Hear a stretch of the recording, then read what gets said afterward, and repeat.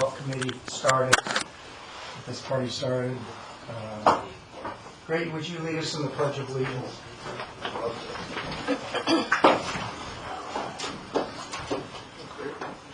I pledge allegiance to the flag of the United States of America and to the republic for which it stands, one nation, under God, indivisible, with liberty and justice for all. Thank you, Greg. New business. Consideration of approving amended fees for play upon the San Clemente Municipal Golf Course.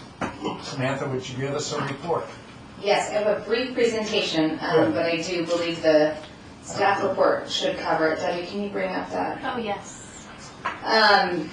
So if you've had a chance to look at the staff report, hopefully you've seen the recommendations within the proposed resolution or recommendations by the subcommittee, which consisted of Robert and Mandy.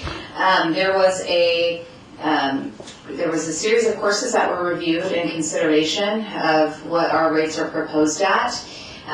Essentially what it boils down to is a 10% increase for residents and about an 18% increase for non-resident or standard rates. This is hard to see, but it is in your packet, probably easier to see. We're making no recommendations for changes on the junior rate, the sentiment being we want to really encourage our youth to continue to golf. They're the future of the golf course. There's modifications to the membership card price as well. The column on the far right you'll see is the total dollar difference. I know sometimes percentages don't mean too much. So you'll see what the actual dollar increase is for each of these price classes. Coinciding with this, there is a want to also consider the private cart license fee would increase 10%. That would go from $220 to $242. And then the establishment of a $200 refundable compliance damage deposit and $18 per hour golf course marshal support fee. That's in our resolution right now. It reaffirms the fact that that's an important piece when we have tournaments that come in. Oftentimes, tournaments can be damaging to certain areas on the course if they have easy ups and all kinds of other things. And we're also finding that additional marshal support can be helpful in some circumstances. Lastly, I want to cover a topic that we're looking for feedback from on the committee, and that's related to the rates for Fridays. I know for a very long time, one of the wonderful things about the Muni has been that Fridays are still weekdays, and we still honored weekday rates on Fridays. As many of you know, that's not always standard in the golf industry, and many courses honor Friday as a weekend rate. So we're looking for the committee to make a determination on how that should look going forward. So on page 2 of the staff report, you'll see there's essentially 3 recommendations. They're up here on the screen as well. Option 1 would be to make no change. You continue to honor Fridays as weekday rates. Option 2 would be to implement Fridays as weekend rates for all golfers. Or option 3, you could implement it for the standard or non-resident rate only. Ultimately, you can see what that boils down to in terms of the rounds impacted on an annual basis. But again, staff don't have a recommendation at this point, and neither does the subcommittee. We were hoping to get further discussion from the group and then a determination on how to go forward. I am happy to take questions if there are any, or if the subcommittee has anything else to add. Ray, do you have a comment I guess with regard to Friday rates.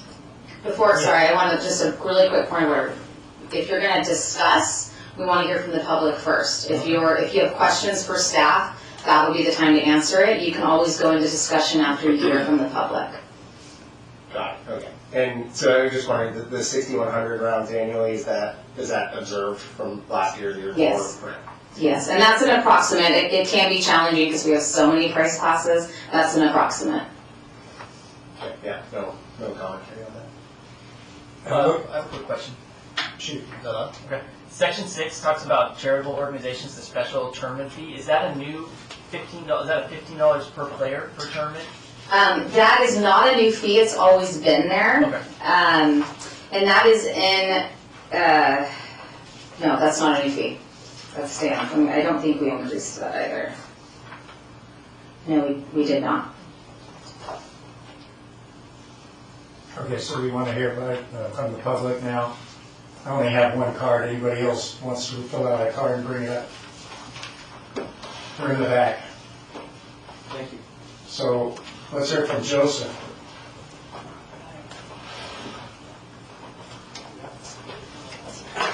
How's everybody doing today? Doing good. Good. Thanks for opening us. Good for opening us to the public. So I don't have all the numbers and stats. I haven't studied it. I guess to some degree I came here to just say, you know, when I moved here to San Clemente over 20 years ago, I like to call it the last small surf town. And the heart and soul of this city, in my mind, is the surf culture, the beaches, and the golf course. And I don't know if you've seen lately, but if you look around, our gas prices have gone up, our food prices have gone up, all these things that impact young families, younger people like myself. And the golf course, in many ways, as I said, is the heart and soul of this community. You guys raised the rates 2 or 3 years ago, totally understandable. We've got to stay up with kind of the cost of things. Now you're proposing another raise of the rates, and you know, that's, in my mind, like a tax on people who have you know, golf carts. They spend a lot of money on those golf carts. The fees themselves, it impacts young families that want to go out there, dads with their sons and everything else. I mean, what's the cost of dinner these days to take a family out of 4? If they want to go golfing, I mean, does a dad really want to sit there and encourage his son to golf when it's going to cost his entire family, whatever, $150? I'm just spitballing here. I mean, really, this is people who are the fabric of our community that come here. I mean, you've got a doctor here that I've golfed with plenty of times, and I don't have any big, letters behind my name. I'm just a humble person, and I love the way it brings our community together. And as you impact it more and more, people like myself and everyone else that can't really afford to golf at some of these really, high-end clubs, we're going to stop golfing there as well. And so really, who does it cater to? It caters to, in my opinion, in my mind, it's like, okay, the seniors, like, that's awesome, and the young kids, but that gap in between, we're not going to be able to golf as much. And I also have a question, since I have a minute left. The cancellation itself, the 24-hour cancellation, is that being addressed today, or is that just is that a separate issue? That's a separate issue? Because I know I've talked to the pro shop there, and they said that they've recommended to you guys on a number of occasions that if people cancel and the spot has been taken, that the original person that canceled shouldn't be charged, and they're saying that you guys want to go ahead and charge people for cancellations. Things change on us all the time. Yesterday I wanted to golf, it rained, I canceled. They were nice enough to not charge me. It's those little things that I think make home home, and I personally don't want to live in a nickel and dime city. I mean, that's what it comes down to for a lot of us. And, I'm just one of many voices when we go out there and we're like, gee, the sandwich rates went up. Okay, now we've got to, I forget what else off the top of my head, but, at the end of the day, we just kind of want inexpensive golf and to go out there and enjoy our community. So, I don't know, I hope that made an impression. No, thank you for your input, Joseph. Chris?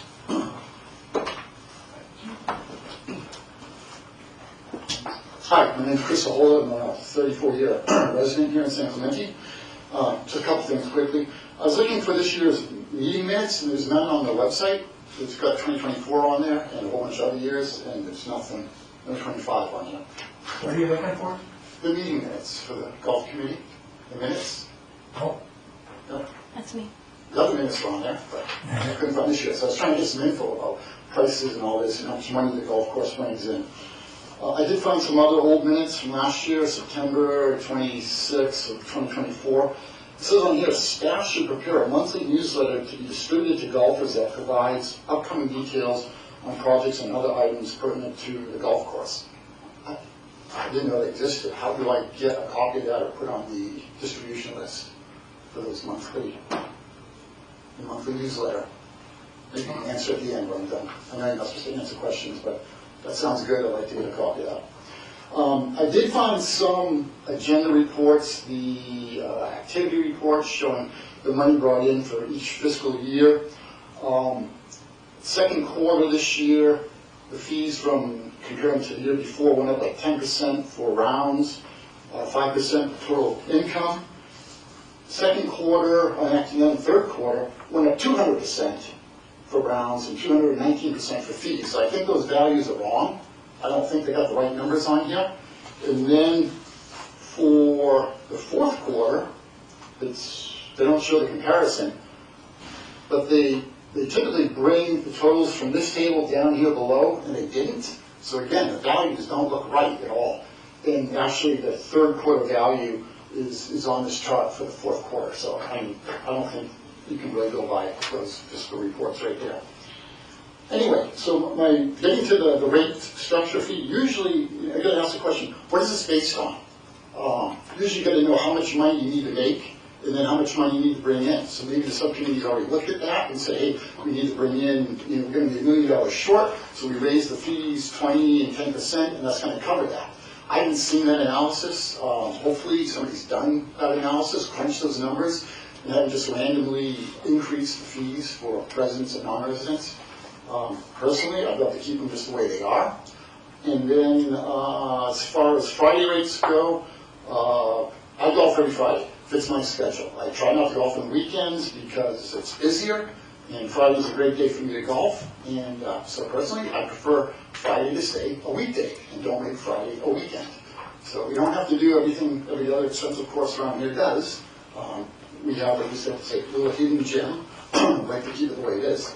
And again, hopefully the subcommittee's looked at the numbers and has, proposed an increase that would justify the amount of money that they think they need to help run the golf course. I'm all for supporting the golf course and paying what we need to pay to keep it operational and in good shape. It's a great course, but I'd like to see the numbers. I'm sure you guys have already done that. All right. Thank you, Chris. As far as the newsletter goes, can somebody point me in the right direction as to who to talk to and figure out, is there one? A newsletter? Yeah, it was in the meeting minutes from last year, September last year. Staff was directed to create I a think it was newsletter. available on the city site. Is that not true? I can't speak on that because it's not a topic on the agenda, but I'm happy to connect with you after. Okay, thank you. William?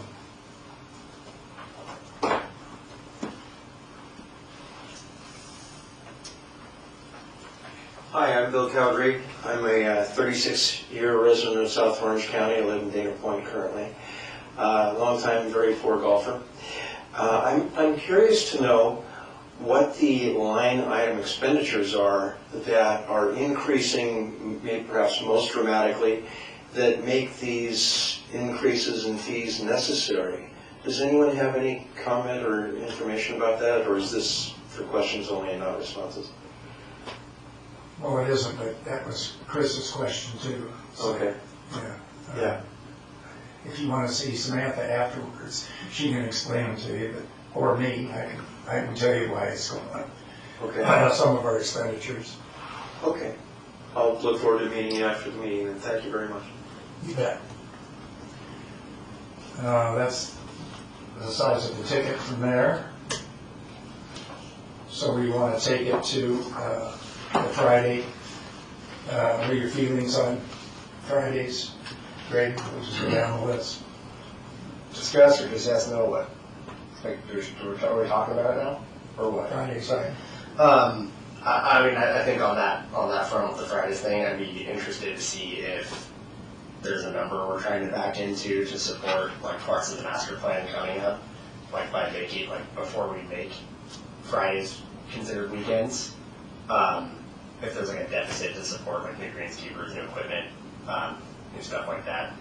I don't know how like if we have to go through like this whole meeting process again just to discuss that in the future, or if that's something we can catch on the next quarterly meeting. But I think a fee increase should be a step in the direction of covering anything, and then adding on like an additional day of weekend revenue would probably be the next step. So that's my only thought there. Ben? I know a lot of residents use the course on Friday, so I think switching from making a Friday a weekend day is a bit detrimental to the residents. I would totally be open to the non-residents option. I think we want to keep the course for the residents in general, and all residents will tell you it's already really hard to get tee times. If you look on social media now, everybody's out there saying how San Clemente is the best deal around. People are driving from all over the place, all over Southern California to come and play because they know it's cheap, they know the quality's good. Obviously, you get ocean views. I mean, there aren't any golf courses around with ocean views for $25 on a Friday, let alone Monday. So I think that the idea of turning non-residents into Fridays for weekends, but I would want to keep the residents that Friday access without the punishment of the additional cost of a weekend, personally. Okay. Andy, your comments? I actually agree with you, Ben. I think the Friday rate really is the weekend these days, and I think we want to make it as simple as possible, easy as possible for the residents to play. That's what the course is for. And so I'm happy with not increasing for the residents and increasing for non-residents. Robert, your comments? I like the idea of residents somewhere in between weekday and weekend, or weekend, non-residents stay the same. In a pretty lengthy survey that I've done of over 20 courses, municipal and not private, but public, we're the only one that doesn't have a higher rate on Friday. And we are the lowest other than Oceanside for any rate, pretty much. And even with the increase, so I'll just leave it at that. As far as Fridays, yeah, I like that idea. My own opinion is that I don't like the idea of increasing Fridays to a weekend rate. The men's club has a tournament every month on a Friday, as well as a Saturday, as well as a Wednesday. I don't think that would do it on that type of situation. I wouldn't be adverse for non-residents because they're usually not in the men's club anyway, but then we have a lot of non-residents. One example, a gentleman from Dana Point. If he's a men's club member, I don't think he should be punished for playing on a Friday. So I wouldn't like to see any increase on a Friday myself.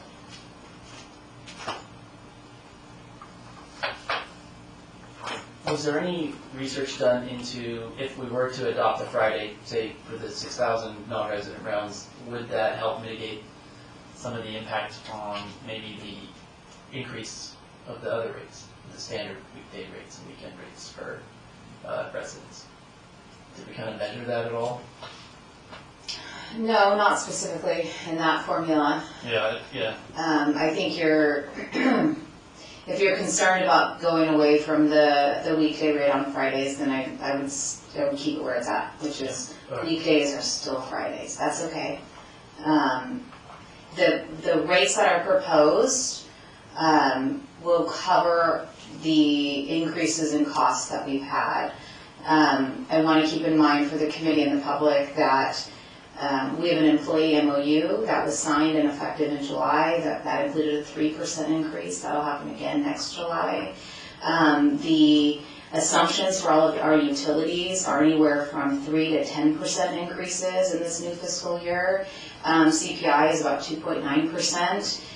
We also have fuel that we're paying for. So just as everyone's seeing a hit at the pump, so is the golf course. We have to manage that.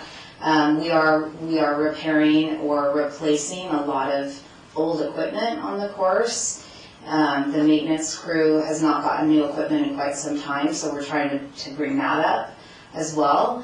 And then we've had some big pumps that need to be fixed and things like that. So the increases that are proposed are going to continue to allow us to maintain the course at the level that we've done for a number of years. And as it's been noted, this is still the most inexpensive round of golf you can find in the area, and we have a huge demand. And I don't want it to be seen that you're going to raise the rate so you have less of the demand. That's not the intent, but I think this committee has been privy to, we've tried a lot of different things to try to open up tea times, and it's very challenging. And we continue to hear, as committee member Page stated, everybody from far and wide knows that it's a really good deal. And most of our tea times are absorbed by resident cardholders. That is completely where we're at as well. So that, hopefully that is some level of understanding of where we landed with the increase. And the subcommittee and staff were looking at a higher increase for non-residents, because always the city's goal is to provide the best deal to our residents first, but that doesn't mean that we can continue to keep resident rates at a standard pace when our residents are the primary users of the course as well. So there's got to be some level of offset. In the past, we've done increases that are 10% across the board, residents and non-residents. The subcommittee wanted to take a different approach by increasing the non-resident and higher than the resident rate. Those were some great answers to the questions that were posed. So you need us to take some kind of a vote on. Yeah, the committee is ready to vote. We would be looking for direction on the fees that are proposed. And those are really summarized in the resolution. And I want to say most, if not all, of this resolution is been the way it always has been. And this is separate from our operating resolution, which addresses policies for play. This is just fees. So we would be looking for rates, and then the other would be what we would like to do with Fridays as play. And again, it could be no change. You've got those kind of three options. Based on that, staff would modify the resolution and take it to City Council for a public hearing. Are we voting on all the resolution in here, like Section 7, private cart registration fee? Yes, if for some reason the committee has qualms with different areas that are proposed, then you can bifurcate your vote. You could break it out that you want to look at the standard and membership rates and deal with everything else separately. If the committee wants to approve the resolution in its entirety, then you would vote to council to approve the resolution as it. Okay, well, I just like clarity on one of the resolutions under Section 7, the private cart registration fee. A trail fee per rider will be due upon each use of the registration private cart at the municipal golf course. The trail fee will be 1/2, 50% of the cart rental fee in effect at the time per rider, or as determined by the pro shop concessionaire, per rider. So, I have my own golf cart, so if I have somebody ride with me, they're charged as well as me. That's as it's written. I don't know if that's how the pro shop's applying it. The carts are managed by our pro shop concessionaire, Dave. That's, you were on the committee when this was discussed. Private carts can be controversial at times, and the private cart impacts mostly Dave's operations. Mm-hmm. So I think this was a piece for him to make sure he still was recouping some level of income from private carts and having that on the course. But that would be at his discretion. Okay, I was just trying to get some clarification. He sets the cart rates. It. Yeah, he sets the cart rates as well. Okay. That's why you're not seeing those in here either. So did you say that language is the same as it's always been? Yes. There's no change to that language? That's correct. Okay.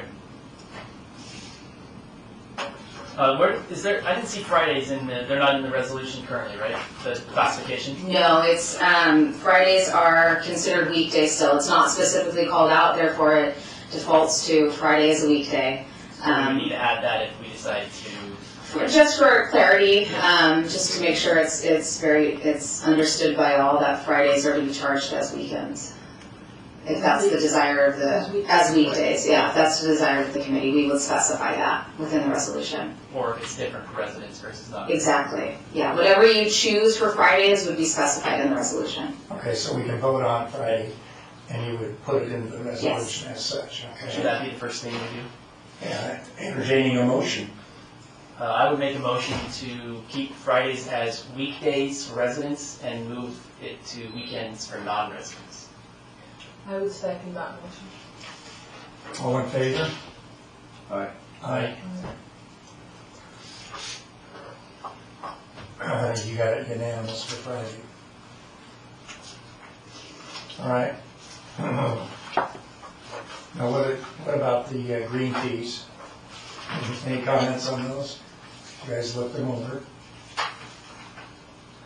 Yeah, I mean, I think the increase is Just pretty fair, and justified based on the costs I know, and talking with the superintendent and everything over the last couple of years, everything's gone up. He'd even tell us how the price of gloves was double the price, and they need gloves constantly because the guys are always doing things, so. And the last time there was a rate increase was 3 years ago. Yeah. So it's been 3 years since there was a rate. Okay. I'm entertaining a motion to set the green fees as set up on this resolution. I'll make a motion to accept the green fees in the resolution and forward them to the city council for approval. Second? Second that? All in favor? Aye. Unanimous. So you'll add the Fridays to it though? Well, yeah, I will modify that. So, that's just about the size of it, isn't it? That's about it. So we're adjourned until November the 6th. Oh no, we have another special meeting, don't we? That's not calendared yet, so you'll adjourn your regular on November 6th. Okay. Entertaining a motion for adjournment. Aye. Go ahead. Motion to adjourn the meeting. Second. All in favor? Aye. Adjourned. And